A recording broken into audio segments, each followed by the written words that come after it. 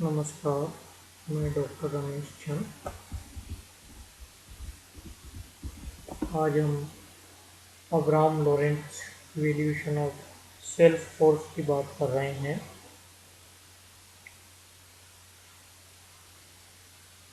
Momentum conservation law से किसी particle के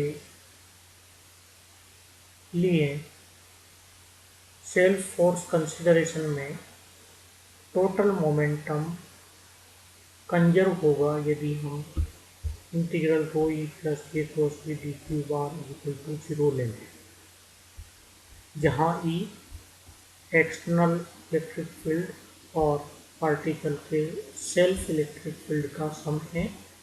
सिमिलरली जो बी फील्ड है वो एक्सटर्नल बी फील्ड और पार्टिकल के सेल्फ फील्ड का सम है।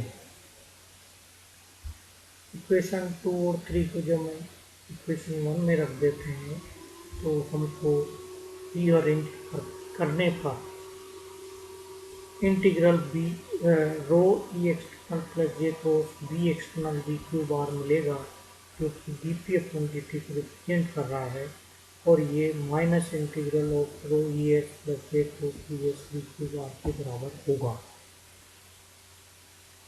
अब हमको इस टर्म को कैलकुलेट करना होगा सेल्फ फोर्स को कंसिडर करने के लिए।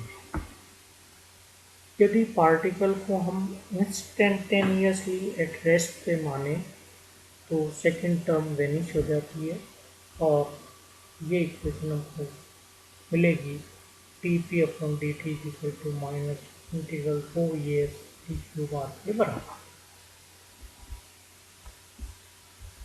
इस इक्वेशन को हम सेल्फ पोटेंशियल की टर्म्स में इस प्रकार लिख सकते हैं T P upon D T equal to rho gradient five plus del A upon del T D Q bar, जहाँ फाई स्केलर पोटेंशियल है और ए वेक्टर पोटेंशियल को रिप्रेजेंट करता है।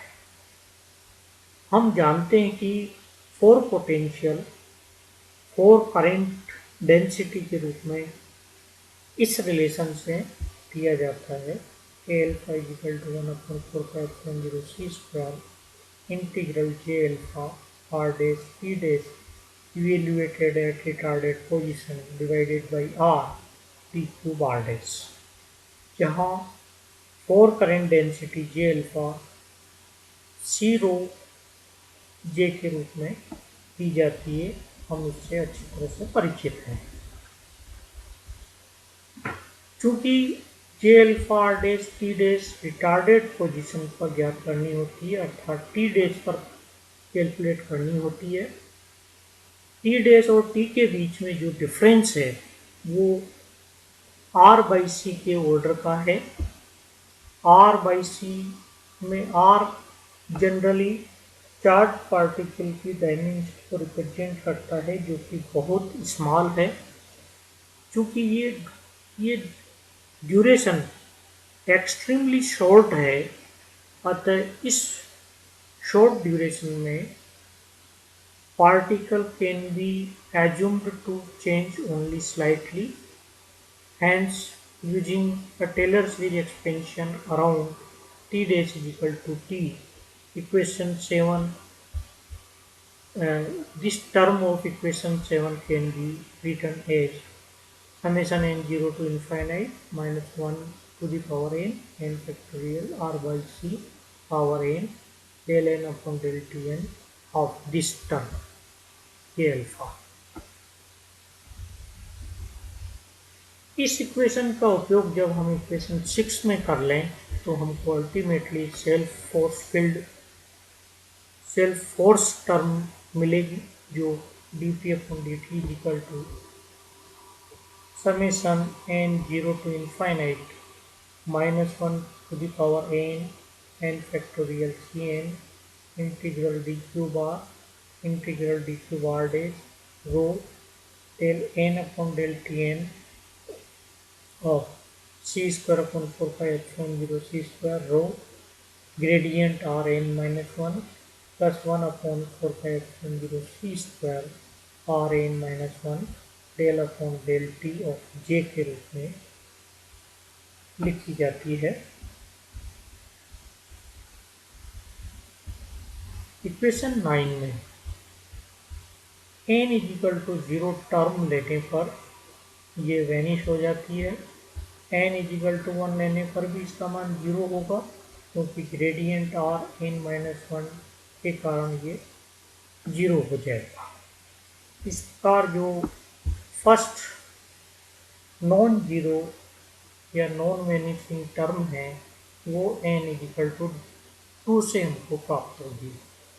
इस फैक्ट्स का उपयोग करते हुए और चार्ज और करंट डेंसिटीज के लिए कंटिन्यूटी इक्वेशन को इस्तेमाल करते हुए स्फेरिकल सिमेट्रिक चार्ज डिस्ट्रीब्यूशन के लिए शेयर फोर्स को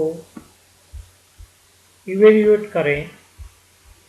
नॉन लीनियर टर्म्स को भी हम नेग्लेक्ट कर दें तो अल्टीमेटली जो सेल्फ फोर्स हमको मिलेगा उसकी वैल्यू होगी dp upon dt is equal to 1/4πε0 summation n 0 to infinite -1 to the power n cn plus 2 by 3 n factorial of integral dq bar dash rho r dash r n minus 1 multiplied by del n plus 1 upon del t n plus 1 of v। ये ultimately self force term को represent करेगी। अब हम इसका और analyse करने के लिए अलग अलग टर्म को देखें, क्योंकि यहाँ n 0 से इनफाइनाइट लिया जाता है तो इसमें कई सारी टर्म इनफाइनाइट टर्म्स मौजूद है। सबसे पहले हम बात करते हैं n इजिकल टू 0 टर्म की। dp upon dt is equal to 0 is equal to 1/4πε0 2/3 c square v dot integral dq bar dash rho r dash upon r। ये जो टर्म हमको मिली ये टर्म बेसिकली इसको आप देखेंगे तो ये पार्टिकल की सेल्फ एनर्जी यू को रिप्रेजेंट करती है। मतलब पार्टिकल की सेल्फ एनर्जी यू की टर्म में इसको हम लिख सकते हैं 4/3 v/c square v dot u self energy है u/c स्क्वायर v डॉट। यदि u/c स्क्वायर को हम पार्टिकल का इलेक्ट्रोमैग्नेटिक मास ले लें तो ये टर्म हमको देगी dp upon dt 4/3 m e v dot, जहाँ m e इलेक्ट्रोमैग्नेटिक मास को रिप्रेजेंट करेगा। n इजिकल टू 1 लें इक्वेशन 10 में तो हमको मिलेगा 1/4πε0 -2/3 c cube integral dq bar dash rho r dash v double dot. और इसको जब सिंप्लीफाई करते हैं तो इससे हमको मिलेगा -1/4πε0 2/3 e square upon c cube a dot.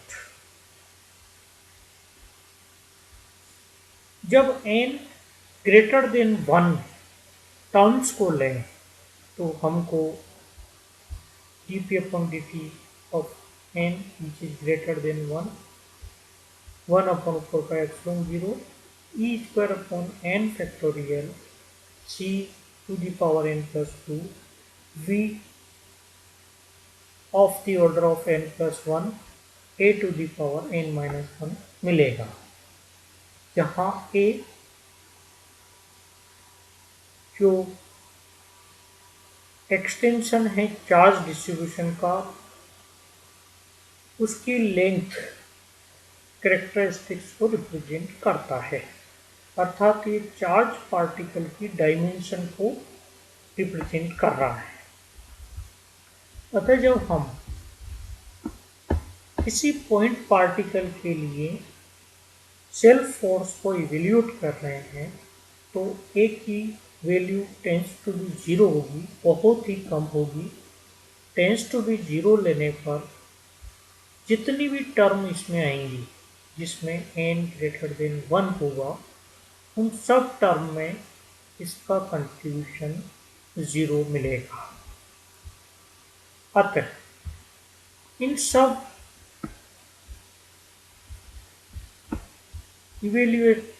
Evaluated terms को जब हम इक्वेशन 10 में रखते हैं तो हमको अल्टीमेटली अब्राहम लॉरेंट्ज का सेल्फ फोर्स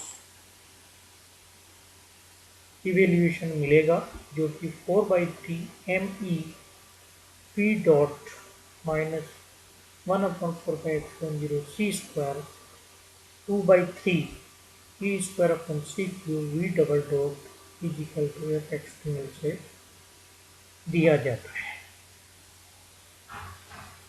ये वैसी ही इक्वेशन है जैसा हम एनर्जी कंसीडरेशन करके निकाली हुई थी हमने पहले। इसमें केवल जो अंतर है वो ये है कि यहाँ जो एम ही का जो कोफिशिएंट है वो 4/3 आ रहा है।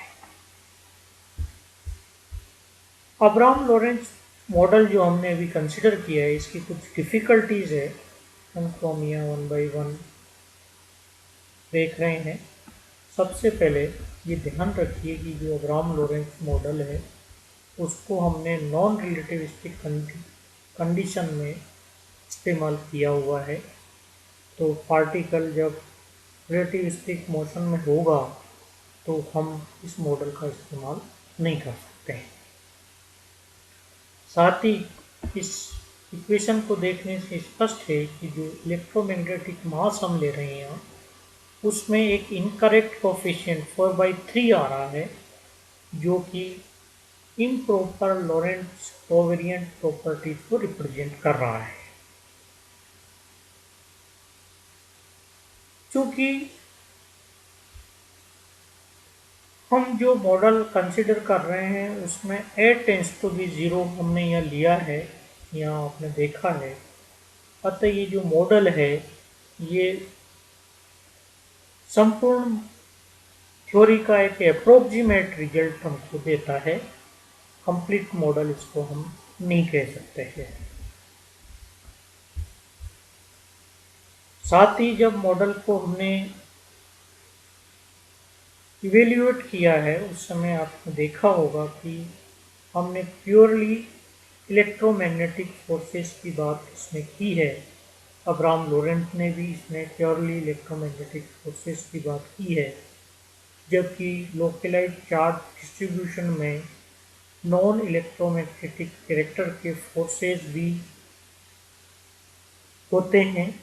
अतः उनको भी हमको कंसिडर करना चाहिए था, ऐसा इस मॉडल में नहीं किया गया है। इस प्रकार हम देखते हैं कि जो अब्राहम लॉरेंट्ज का पार्टिकल के सेल्फ फील्ड्स का इस्तेमाल करते हुए जो रिजल्ट उन्होंने प्राप्त किया था, उस रिजल्ट के द्वारा हालांकि जो रिजल्ट प्राप्त हुआ है उससे संपूर्ण